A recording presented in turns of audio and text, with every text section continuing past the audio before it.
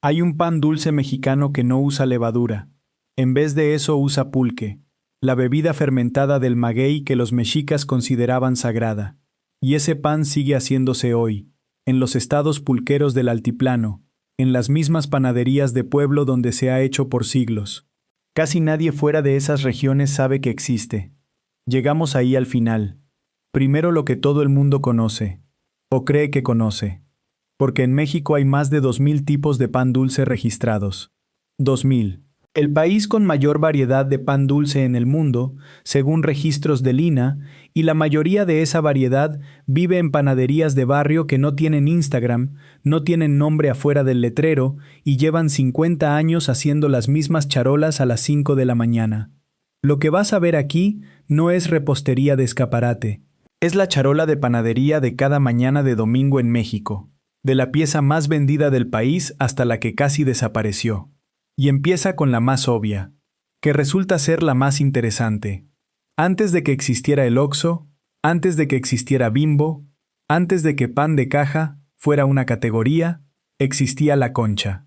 Y en la mayoría de los hogares mexicanos de clase media y popular, sigue siendo la primera cosa que se pone en la mesa con el café de la mañana. Una concha es, técnicamente, un bollo de masa enriquecida, harina, levadura, azúcar, mantequilla, huevo, un poco de leche, que sube suave y esponjoso, de base redondeada y ligeramente panzón. Hasta ahí podría ser cualquier pan de mesa. Lo que la define es lo que va encima. Una costra de azúcar, harina y manteca que se aplasta en discos sobre el bollo crudo antes de hornear, y que en el calor del horno se agrieta siguiendo un patrón de líneas curvas que imitan los segmentos de una concha de mar. De ahí el nombre. Esa costra no se derrite. Se fragmenta en pedazos irregulares, crujientes, que se desmigan ligeramente al morder y liberan un dulzor concentrado que contrasta con la miga interior tierna y casi sin sabor propio. En boca la concha es dos cosas al mismo tiempo. La miga es suave, se desgarra en fibras largas como un brioche sencillo, y la costra es arenosa, se rompe en trozos pequeños, y es la parte dulce real del pan. La masa del bollo tiene apenas azúcar suficiente para activar la levadura. El dulzor viene de arriba. Los dos sabores clásicos de costra son vainilla y chocolate. La blanca lleva vainilla en la pasta de azúcar. La café lleva cacao en polvo. Hoy hay conchas rosas, amarillas, de mazapán, de cajeta. Pero el código visual que cualquier mexicano reconoce desde la infancia es ese contraste blanco sobre bollo dorado, o café oscuro sobre base pálida. ¿De dónde viene? El pan de trigo llega a México con la colonización española, pero la concha como la conocemos hoy, con costra de azúcar, masa tipo brioche, forma redondeada, tiene mucho más de panadería francesa del siglo XIX que de fogón colonial. Durante el Porfiriato, panaderos franceses instalados en México introdujeron masas enriquecidas de tipo brioche que los panaderos mexicanos adoptaron, adaptaron y mexicanizaron, agregando esa costra dulce que no existe en ningún pan europeo conocido. Resultado, una pieza nueva, sin equivalente directo fuera de México, que hoy se exporta como símbolo cultural más allá de la gastronomía. La concha aparece en memes, en playeras, en campañas de publicidad, en discursos políticos. Hay panaderías de barrio en Ciudad de México, Guadalajara, Monterrey, Oaxaca, donde una concha sencilla cuesta entre 6 y 12 pesos, menos de $1, y se compra con unas pinzas metálicas de una charola de aluminio que lleva apiladas desde las 6 de la mañana. En Veracruz, la concha se rellena de nata y se llama bomba. En panaderías modernas se rellena de cajeta, de crema pastelera, de mermelada, pero en su forma más básica sigue siendo lo mismo que era hace 100 años. Un bollo suave con costra de azúcar que se come mojado en café. Y en la charola que está al lado de la concha, casi siempre, está el cuernito. Si la concha es un brioche con identidad propia, el cuernito es un croissant que decidió volverse mexicano, y lo logró cambiando casi todo menos la forma. La media luna, los extremos curvados hacia adentro, las capas visibles en la superficie dorada. Hasta ahí el parecido con el croissant francés. Todo lo demás es diferente. El croissant clásico es una ingeniería de mantequilla y tiempo. docenas de capas de masa y grasa que se doblan y se estiran repetidamente para crear alveolos grandes. Una textura que se deshace al primer mordisco. Un sabor casi salado de pura mantequilla. El cuernito mexicano usa la misma lógica de laminado, capas de grasa entre capas de masa, pero con menos mantequilla, más azúcar en la masa y un proceso de laminado menos riguroso que produce un pan más denso, más masticable, más dulce. No se deshace al morderlo, se mastica, y eso es exactamente lo que busca quien lo compra. El cuernito lleva azúcar en la masa y a veces azúcar espolvoreada encima. No es el pan de una pastelería, es el pan de una panadería de barrio, donde el horno produce calor desigual, los tiempos de fermentación se improvisan según el clima, y el panadero tiene décadas de memoria muscular para saber cuándo doblar la masa. El resultado varía de panadería en panadería. Ese es el punto. En su versión más clásica no lleva relleno. Se come solo, mojado en café con leche o en chocolate caliente, o se corta para meter jamón y queso y funciona como desayuno completo en 10 minutos. En versiones modernas se rellena de chocolate, de crema, de cajeta. Hay panaderías que los hacen con glaseado encima, pero el cuernito de barrio, el que vale lo mismo que una concha, el que está apilado en la charola desde las 6 de la mañana, es masa laminada, dulce, dorada, con forma de cuerno. Nada más. Llegó a México por la misma puerta que la concha. Panaderos franceses del siglo XIX que trajeron técnicas de laminado y las dejaron en manos de panaderos mexicanos que las adaptaron a los gustos locales. Más azúcar, menos mantequilla, más densidad. El croissant se volvió cuernito sin pedir permiso. Juntos, concha y cuernito, representan la columna vertebral de la charola de cualquier panadería de barrio en México. Uno lleva una costra de azúcar que lo define visualmente. El otro lleva capas de masa que lo definen en textura. Los dos vienen de Francia, los dos son completamente mexicanos, y los dos se comen con café. Pero en la misma charola, un poco más hacia los bordes, hay dos piezas que no buscan suavidad, que no buscan miga, que buscan romperse. No todos los panes dulces de la charola mexicana tienen forma de bollo. Algunos no se muerden, se rompen, y la línea que separa pan de galleta en México es mucho más borrosa de lo que parece.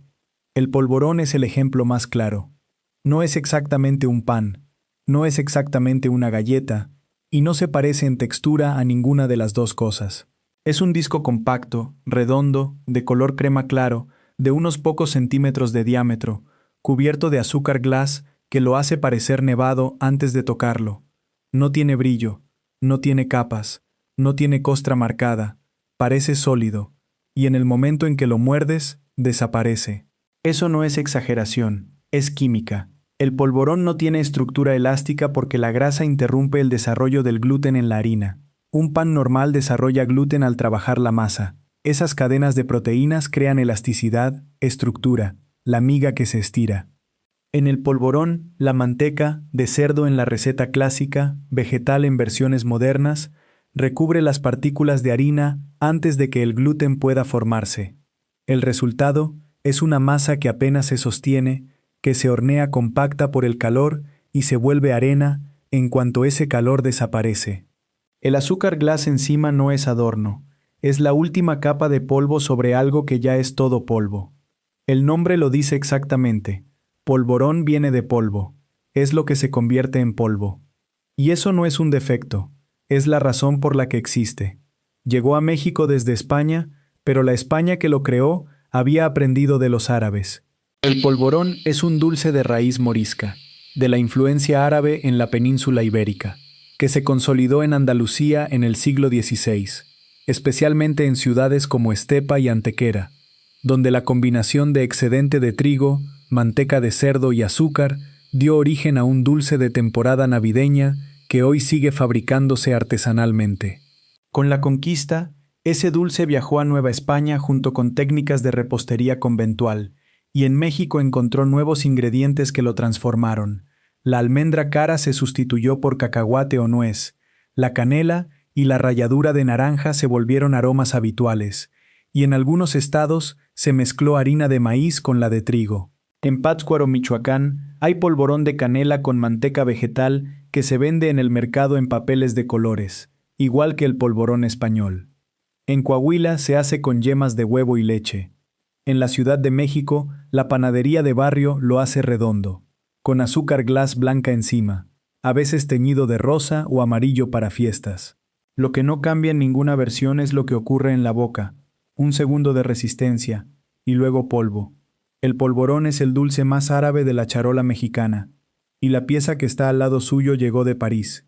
La oreja no pretende ser lo que no es.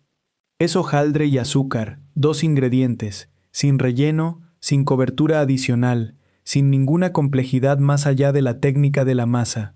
Vista desde arriba tiene una forma que cualquier mexicano reconoce, aunque nunca la haya nombrado, una espiral plana, ovalada, con capas de masa que se enrollan simétricamente hacia el centro desde los dos extremos, como una oreja humana vista desde arriba.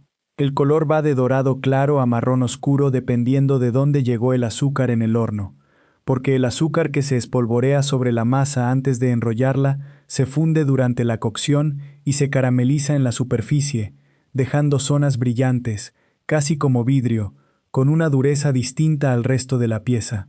Al morderla se parte. No se desmorona como el polvorón, se fractura en láminas, en escamas finas de hojaldre que se separan en la boca y se disuelven rápido, dejando el sabor del caramelo encima y el de la mantequilla entre las capas. La textura está en ese contraste. La superficie caramelizada es casi dura, y el interior de las capas es más ligero, más suave, más aéreo. La técnica que la produce, hojaldre, es una de las más complejas de la panadería tradicional. Capas de masa alternadas con capas de grasa, dobladas y estiradas repetidamente hasta que el calor del horno las separa y las infla. En la versión mexicana de panadería de barrio, ese proceso se simplifica. La grasa no siempre es mantequilla pura. Los tiempos de reposo en frío se acortan, y el resultado es un hojaldre más rústico que el de una pastelería fina, pero perfectamente funcional para lo que la oreja necesita ser. Una pieza crujiente, barata, que se come con café y que ocupa poco espacio en la charola. En Francia, la misma pieza se llama palmier, por la similitud con una hoja de palmera al abrirse en el horno. En México se llama oreja por la forma antes de hornear. Son el mismo pan. La diferencia está en los materiales y en la intención. El palmier francés de pastelería usa mantequilla de alta calidad y se sirve como petit four de merienda. La oreja mexicana de panadería de barrio usa lo que haya, se hornea hasta quedar tostada y se vende por pieza junto a las conchas a las 6 de la mañana. El hojaldre llegó a México en el siglo XIX, en el mismo periodo de influencia francesa del porfiriato que trajo el cuernito. Fue primero un pan de cafés afrancesados y mesas con dinero, técnica cara, ingredientes importados, resultado delicado. Con el tiempo, las panaderías de barrio aprendieron a hacerlo con lo que tenían, y la oreja se democratizó hasta volverse la pieza más crujiente y menos elaborada de la charola. El polvorón y la oreja no parecen tener mucho en común. Uno es árabe vía Andalucía, la otra es francesa vía el porfiriato. Uno se convierte en polvo, la otra se rompe en láminas, pero los dos llegaron a México de afuera y se quedaron como si siempre hubieran estado. Y los dos demuestran lo mismo, que la charola de la panadería mexicana no es solo una charola de pan, es un archivo de rutas comerciales, de imperios, de siglos de migración culinaria que terminaron en un bollo de aluminio de 2 pesos a las 7 de la mañana. Lo que sigue sí nació aquí adentro. La charola de panadería tiene su propia jerarquía. Las conchas van adelante, en el centro, apiladas y visibles. Los cuernitos al lado. Y hacia los bordes, las piezas más planas, más delgadas, más discretas, las que nadie señala primero, pero que casi siempre terminan en la bolsa. La campechana es una de esas. Grande, rectangular o irregular, muy delgada, dorada con manchas oscuras, donde el azúcar llegó antes al calor. Desde arriba parece una galleta enorme, frágil, con la superficie brillante como vidrio en algunos puntos. Ahí donde el azúcar se caramelizó completamente. No tiene relleno, no tiene cobertura decorativa, no tiene nada que requiera explicación. Y sin embargo, Es una de las piezas más complejas de producir.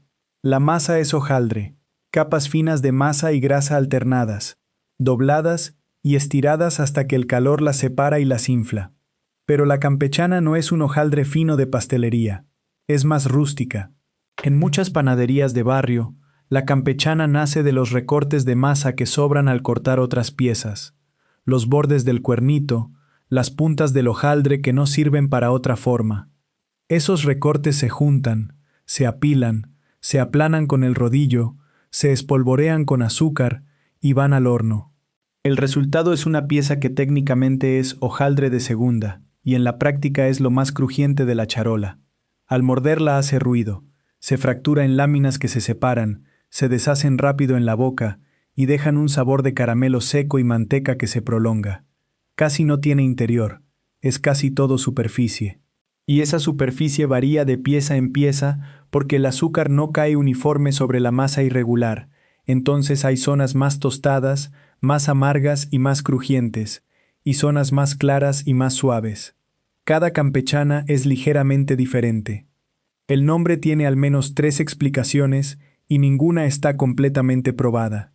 La primera, viene del estado de Campeche, donde hay tradición de hojaldre muy fuerte y donde esta pieza se prepara desde hace décadas, difundiéndose luego al centro del país.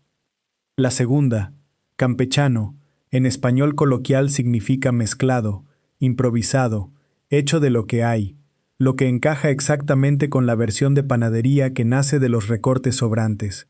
La tercera es una historia de cantina, una señora oriunda de Campeche que puso panadería en Ciudad de México, y sus clientes pedían el pan de la campechana, hasta que el gentilicio se quedó como nombre. Las 3 versiones pueden ser verdad al mismo tiempo, o ninguna puede serlo. En México ese tipo de origen doble, geográfico y coloquial a la vez, es más regla que excepción. Lo que sí es claro, la campechana es el pan hojaldrado más democrático de la charola. No pretende ser palmier de pastelería, no pretende tener capas perfectas. Es azúcar, grasa y masa aplastada que sabe exactamente a lo que es. Lo que está al lado de la campechana en las vitrinas de la CDMX no podría ser más diferente. El Garibaldi no se parece a nada más en la charola mexicana. Es pequeño, redondo, perfectamente esférico por arriba como un minidomo. Es amarillo, un amarillo intenso, de masa rica en huevo y mantequilla, que se hornea hasta un tono que en México se asocia directamente con panqué bueno, y está completamente cubierto, no en la superficie, en todo el exterior. Mermelada de chabacano, aplicada caliente para que pegue, y encima, presionados contra esa mermelada brillante y naranja, chochitos blancos.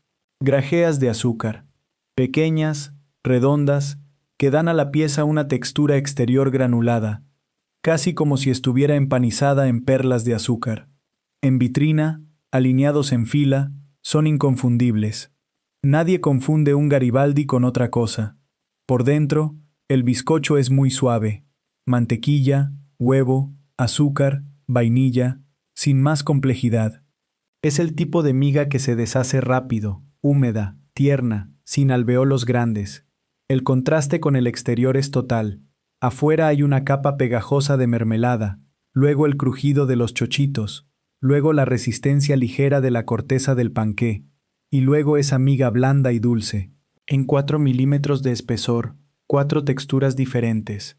El nombre viene de Giuseppe Garibaldi, el militar italiano del siglo XIX que unificó Italia y que en México es figura conocida por su popularidad entre comunidades de inmigrantes italianos. El pan fue creado a mediados del siglo XX por Giovanni Lapoz, un italiano que trabajó en la casa de té El Globo en Ciudad de México, y que al refundar El Globo como panadería moderna, desarrolló esta pieza en honor al héroe del Risorgimento. No hay registro exacto del año. Lo que sí hay es El Globo, la cadena de panaderías capitalinas, que lo convirtió en producto de vitrina y lo popularizó en la Ciudad de México hasta que el nombre se volvió sinónimo de CDMX dentro del mundo del pan dulce. Hoy el Garibaldi se consigue en panaderías de todo el país, pero sigue siendo un pan capitalino en su identidad. No es pan de barrio campechano ni pan de charola improvisada, Es pan de vitrina, con caja, con precio, con historia documentada. Es posiblemente el único pan dulce mexicano con creador identificado por nombre, y lo que viene ahora casi no sale de las panaderías del barrio. Hay panes en la charola mexicana que nadie señala, no porque sean malos, sino porque ya casi nadie los recuerda. El cocol es uno de ellos. Lo identifica primero la forma. No es redondo como la concha, no es alargado como el cuernito, no es plano como la campechana. Es un rombo, un diamante de pan, de tamaño mediano, con los 4 ángulos marcados y la superficie cubierta de ajonjolí tostado que se adhiere a la corteza firme y dorada. En una charola llena de piezas redondas y ovaladas, el cocol es el único que tiene esa geometría, y eso basta para reconocerlo. La masa es de trigo, con piloncillo, anís y huevo. El anís es el protagonista del sabor, ese perfil herbáceo y ligeramente dulce que en México aparece también en el pan de muerto, en algunas aguas, en dulces de convento. El ajonjolí encima aporta un tostado graso que se siente en los bordes, donde la corteza es más firme. La miga es seca y algo compacta, no esponjosa como un brioche, no aireada como un hojaldre. Es un pan de consistencia rústica, de los que duran más de un día sin perder textura, de los que se comen con café negro sin nada más encima. El nombre viene del náhuatl. Cocoli, que puede significar riña o torcido, derivó en cocol para nombrar ese rombo de pan con ajonjolí. De esa misma raíz viene cocolazo en el español mexicano popular y la expresión irle cocol a alguien para decir que algo va mal. El pan terminó siendo metáfora sin proponérselo. Su forma romboidal tiene historia propia. El cocol desciende de un pan colonial llamado chimistlán o chimisclán, también de forma de diamante, del que derivó al añadirle el ajonjolí que lo distingue. Ese rombo apareció en las panaderías del centro de México, Hidalgo, Tlaxcala, Puebla, el Estado de México, Milpa Alta en el sur de la Ciudad de México, en los primeros siglos de la colonia, cuando los mexicas aprendieron a hornear trigo y empezaron a crear sus propias formas de pan. En Puebla, donde los molinos hidráulicos y el trigo local crearon una panadería colonial muy activa, el cocol convivía con los colorados y las tortas de agua como parte del catálogo básico de panadería de barrio. Hoy ese catálogo se fue achicando. El cocol todavía existe en mercados tradicionales, en panaderías de pueblo del Altiplano Central, en lugares donde el panadero tiene 70 años y hace lo mismo que hacía su padre. En cadenas de panadería y supermercados prácticamente no aparece. No se presta a producción industrial. El proceso es artesanal. El perfil de sabor es menos goloso que una concha, y la audiencia que lo conoce es cada vez más adulta y más pequeña. El cocol es, hoy, un pan con carga nostálgica más que con presencia activa en la charola cotidiana. Y eso lo hace más valioso para entender lo que la panadería mexicana fue antes de volverse lo que es ahora. Lo que viene al final es todavía más antiguo, y sigue vivo. El pan de pulque no parece distinto a simple vista. Puede tener forma de bollo, de hogaza pequeña, de rollo con nuez y canela. No hay una forma fija, varía por región y por panadero. Lo que lo define no está en la forma ni en el sabor inmediato, está en cómo se hace crecer la masa. El pulque es la savia del maguey fermentada. El aguamiel, el líquido que el maguey produce en el centro cuando se raspa el corazón, se recolecta diariamente y se deja fermentar de manera natural. En ese proceso de fermentación, levaduras salvajes y bacterias lácticas presentes en el aguamiel se activan y se multiplican. El resultado es una bebida viva, ligeramente espesa, con sabor ácido y notas terrosas, que los mexicas llamaban sagrada, asociada a Mayahuel, la diosa del maguey, y que durante siglos fue el fermento alcohólico más importante del altiplano central, antes de que llegaran el vino y el aguardiente. Lo que ocurre cuando se añade pulque a una masa de harina de trigo es lo mismo que ocurre con una masa madre de panadería. Las levaduras vivas del pulque consumen los azúcares de la harina, producen dióxido de carbono y la masa sube. No con la velocidad y uniformidad de la levadura comercial, con más lentitud, con más impredecibilidad, con más carácter. El pan resultante tiene una acidez leve que recuerda vagamente al pulque, pero disuelta en la miga, suavizada por el piloncillo, la canela y el huevo de la receta. No sabe a pulque crudo. Sabe a pan fermentado con algo antiguo y propio.